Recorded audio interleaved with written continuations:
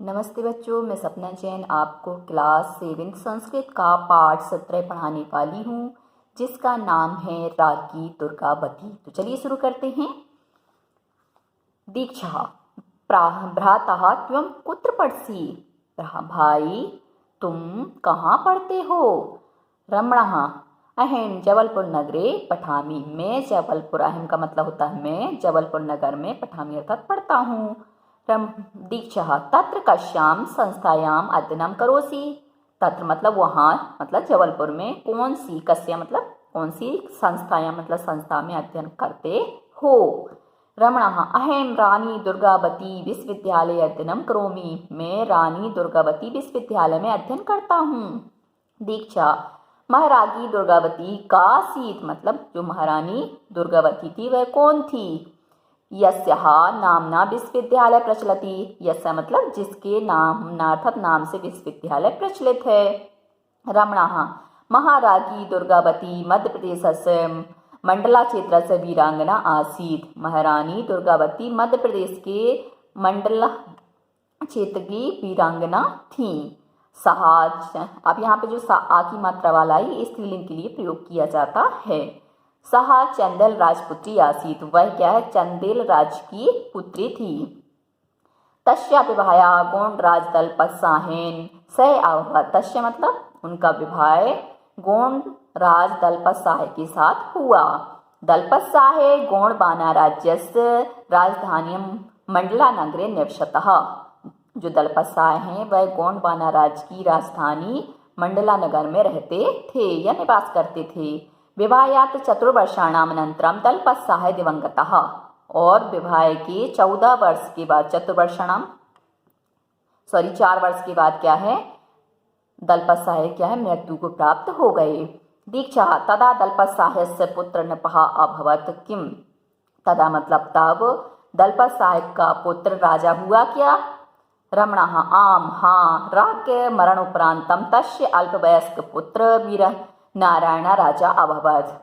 राजा की मृत्यु के बाद उनका पुत्र छोटी ही उम्र में क्या है? वीर नारायण राजा हुआ।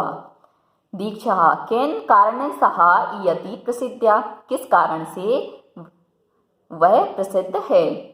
रमणः वीर नारायण बालका एवासी मतलब जो वीर नारायण है वह क्या बालक ही मतलब ही था। अतः सा दुर्गावती चातुर्य सूर्यन चाह राज्यम अकरोत्। इसलिए उसने दुर्गावती की चतुरता और सूर्यवीरता से ही राज्य किया। अतः एव सा महारानी इति उपाधिना विभूषितः। इस कारण से वह महारानी इस उपाधि से विभूषित हुई। कौन? दुर्गावती। दीक्षा तस्य राज्यस्य वैशिष्ट्यं किम् आसीत्? उनके राज्य की विशेषता क्या थी? रमणः राज्ञी दुर्गावती धीरा वीरा च आसीत्। रानी दुर्गावती धीर और वीर थी।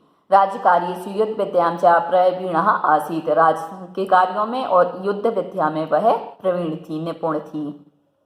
प्रजासु तस्य पुत्रवत् स्नेह आसीत्। और प्रजा पर उनका पुत्र के समान स्नेह था। प्रजापि ताम माता विव आपश्यन। प्रजापि क्या है? उनको माता के समान ही देखती थी। लोक कल्याण में तस्याः आदर्शः। और लोक के कल्याण के लिए वह क्या है? एक आदर्श थी। तस्या राज्यकाले सर्वत्र संपन्नता आसीत्। उनकी राज्यकाल में सभी जगह क्या है? संपन्नता की मतलब कोई गरीब नहीं थे, किसी प्रकार का भेदभाव नहीं थे, तो सभी प्रकार से वे क्या थे? संपन्न थे। दीक्षा केनापि सह तस्य युद्धम अभवत् किम? केनापि मतलब किसी के भी साथ उनका युद्ध हुआ क्या? रमणः आम हाँ। अवश्य में मतलब जरूर ही। तस्या राज्यस्य सुख समृद्धि आश्चर्यमानः अकबरस्य सेनापति आसफ खान तस्या ऊपरी आक्रमणम अकरोत्। उसकी राज्य की सुख समृद्धि को असह मतलब सहन न करती हुई अकबर की सेना पति कौन? आसफ खान, उसके ऊपर क्या उन्होंने आक्रमण किया। सहा रणचंडी भूतवा युद्धम कृतवती। उन्होंने क्या है? रणचंडी के समान होकर के युद्ध किया। प्रथम दिवसे विजयम चाह प्राप्त। तो पहले दिन ही क्या है? उन्होंने विजय को प्राप्त किया। आगे देखते हैं।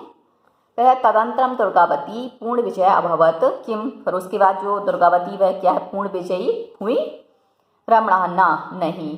पराजितः आसफ खान द्वितीय दिवसः सतंगी नाम प्रयोगम कुर्बन, और क्या है, पराजित होकर आसफ खान ने क्या है, दूसरे ही दिन शत्रुओं को लेकर के उनका जो सतंगी नाम मतलब षड्यंत्र होता है उस प्रकार का प्रयोग किया, और प्रचंड आक्रमणम आक्रोत, और एक प्रचंड आक्रमण भयानक आक्रमण उनके ऊपर किया। तस् प्रतिरोधे असमर्था वह गौण सैनिक हता, और उसको रोकने के लिए, प्रतिरोधी मतलब रोकने में असमर्थ अनेक गौण सैनिक मारे गए, हता मतलब मारे गए। अस्मिन् युद्धे एकः बाणः तस्याः नेत्रे द्वितीयस्य कंठे लग्नः, तथापि सा युद्धं कृतवती अंतिम मृत्युं समीपम् अवलोक्य स्वसम्मान रक्षा सा स्वयं प्राणघातेन प्राणन आत्रजत। इस युद्ध में एक बाण उसकी क्या है, आंख पे लगा, और द्वितीय कंठ अर्थात गले में, और उसके बाद भी उन्होंने क्या है, युद्ध किया, और युद्ध करते करते अंत में क्या है, मृत्यु के पास मतलब मृत्यु को अपने पास देख करके, आप लोग मतलब देख करके सम्मान रक्षा मतलब अपने सम्मान की रक्षा के लिए उन्होंने अपने आप ही तलवार निकाली और अपने प्राण त्याग दिए। दीक्षा इदम तो बहु कष्टकारकम, यह तो बहुत कष्टदायी होगा, पीड़ा को देने वाला होगा। रमणा आम हाँ, तस्या बलिदानम अधुनापि जना स्मरन्ति, उनका बलिदान आज भी व्यक्ति क्या है, याद करते हैं। जबलपुर मंडल नामने तस्या समाधि अस्ति, मतलब जबलपुर मंडला मार्ग में उनकी समाधि स्थल है। काव्यसु लोकगीतिषु इतिहासे चा सहा अद्यापि यस शरीरेण जीवित ही, काव्य में और लोकगीतों में और इतिहास में वह आज भी यश रूपी शरीर से जीवित हैं। दीक्षा सत्यम दुर्गावती दुर्गा एव आसीत, मतलब दुर्गावती क्या है, दुर्गा के समान ही थी। अब आते हैं हम अभ्यास प्रश्न पर। प्रश्न नंबर 1 है आपका, एक पदेन उत्तरत या उत्तरम लिखत, मतलब एक पद में उत्तर दो का। महारानी दुर्गावती कुत्र जाता, महारानी दुर्गावती कहाँ हुई, तो मंडला क्षेत्रे, जाता मतलब उत्पन्न होने के अर्थ में आता है, तो कुत्र की जगह हम कर देंगे मंडला क्षेत्रे। अगला है दुर्गावत्या विवाह केन सह जाता, दुर्गावती का विवाह किसके साथ हुआ, तो गौण राज दलपत साहेन, गौण राज के जो दलपत साहे थे उनके साथ हुआ, तो केन की जगह दलपत साहेन। दुर्गावती कृपाण किम आकरो, दुर्गावती ने तलवार से क्या किया, कृपाण स्वयं प्राणम घातम, मतलब अपने ही प्राणों का उन्होंने घात कर दिया, तो स्वयं प्राणम घातम। दुर्गावत्या पुत्र कहा आसीत, दुर्गावती का पुत्र कौन था, तो दामोदर राव। दुर्गावती विश्वविद्यालय कुत्र स्थितः, दुर्गावती जो विश्वविद्यालय वह कहाँ पर है, तो जबलपुर में। अब है प्रश्न नंबर 2, एक वाक्य उत्तरम लिखत, मतलब एक वाक्य में उत्तर लिखो। अभी हमने एक शब्द में लिखा था पद में, अब एक वाक्य में। दुर्गावत्या समाधि कुत्र अस्ति, दुर्गावती की समाधि कहाँ है, तो दुर्गावती समाधि मंडला मार्गे अस्ति ही। प्रजासु दुर्गावत्या कीदृशः स्नासीत्, प्रजा पर दुर्गावती का किस प्रकार का स्नेह था, तो प्रजासु दुर्गावत्या पुत्रवत स्नेह आसीत। कहा दुर्गावत्या ऊपरी आक्रमणम आकरोत, किसने दुर्गावती के ऊपर आक्रमण किया, तो यहाँ पे कहा की जगह आ जाएगा अशफाक खान, तो अशफाक खान दुर्गावत्या ऊपरी आक्रमणम आकरोत। प्रश्न नंबर 3 है, अधोलिखित पदानाम मूल शब्दः विभक्ति वचनानि च लिखत्याम, अधोलिखित पदों में मूल शब्द और विभक्ति और वचन लिखो। सबसे पहले यथा जैसे मध्य प्रदेश से मध्य प्रदेश शब्द, तो ये मूल शब्द हो गया, विभक्ति षष्ठी विभक्ति हो गई, और वचन एक वचनम हो गया। ऐसे ही अन्य शब्द दिए हैं, तो अन्य शब्द हम करेंगे। पहला है मंडला क्षेत्र है, तो इसमें मंडला क्षेत्र आपका मूल शब्द, सप्तमी विभक्ति एक वचन। अगला है दलपत साहेन, तो यहाँ पे दलपत साहेन में तृतीय विभक्ति एक वचनम। राजकार्येषु, राजकार्य शब्द आ जाएगा सप्तमी विभक्ति बहुवचनम। राजधान्यम, तो राजधानी मूल शब्द सप्तमी विभक्ति एक वचनम। रक्षाई, तो रक्षा मूल शब्द तृतीय विभक्ति एक वचन। तस्यः षष्ठी विभक्ति एक वचन। अब अगला प्रश्न है आपका प्रश्न नंबर 4, अधोलिखित पदानाम मूल धातु लकार पुरुषावचनानि लिखत। अधोलिखित पद में हमें क्या करना है, मूल धातु बतानी है, लकार बताना है, पुरुष बताना है और वचन बताने हैं। यथा जैसे अभवत, अभवत में मूल धातु क्या हो जाएगी, भू, और लकार लंग लकार और प्रथम पुरुष एक वचनम। ऐसे ही न्यवसत, न्यवसत में क्या हो जाएगा, नी उपसर्ग पूर्व बस धातु आ जाएगी और लंग लकार। आकरोत में भी आपका क्या जाएगा, लंग लकार, क्री धातु आएगी इसमें। प्रथम पुरुष एक वचन। आसीत, आसीत में आपका आ जाएगा लंग लकार अस धातु, प्रथम पुरुष एक वचन। आपश्यत, आपश्यत में पश्च धातु का जो रूप बनता है वो दृश्य से बनता है, तो यहाँ पे दृश्य भी हम ले सकते हैं। तो दृश्य धातु आ उपसर्ग और यहाँ पे हो जाएगा लंग लकार, प्रथम पुरुष एक वचन। प्राप्नोत, तो प्रा उपसर्ग पूर्वक अप धातु, यहाँ पे लंग लकार, प्रथम पुरुष एक वचन। आत्रज्यत, आत्रज्यत में आ उपसर्ग पूर्वक यहाँ पे क्या है, त्रज धातु आ जाएगी, तो लंग लकार, प्रथम पुरुष एक वचन। अब आते प्रश्न नंबर 5 पर। कोष्टकात् उचितम पदम चित्वा रिक्त स्थानानि पूरयत, कोष्टक से उचित पद को चुन करके रिक्त स्थान की पूर्ति कीजिए। सहा चंदेल राजपुत्री, अब यहाँ पे दिया है आस्ताम और आसीत, तो यहाँ पे आ जाएगा आसीत, क्योंकि सा एक वचन है तो क्रिया भी एक वचन की लगेगी। प्रजापिताम मातेव, तो यहाँ पे आ जाएगा पश्यत, मतलब प्रजा भी क्या है, उनको माता के समान ही देखती थी। सहा रणचंडी भूत्वा युद्धम, तो यहाँ पे आ जाएगा आकरोत।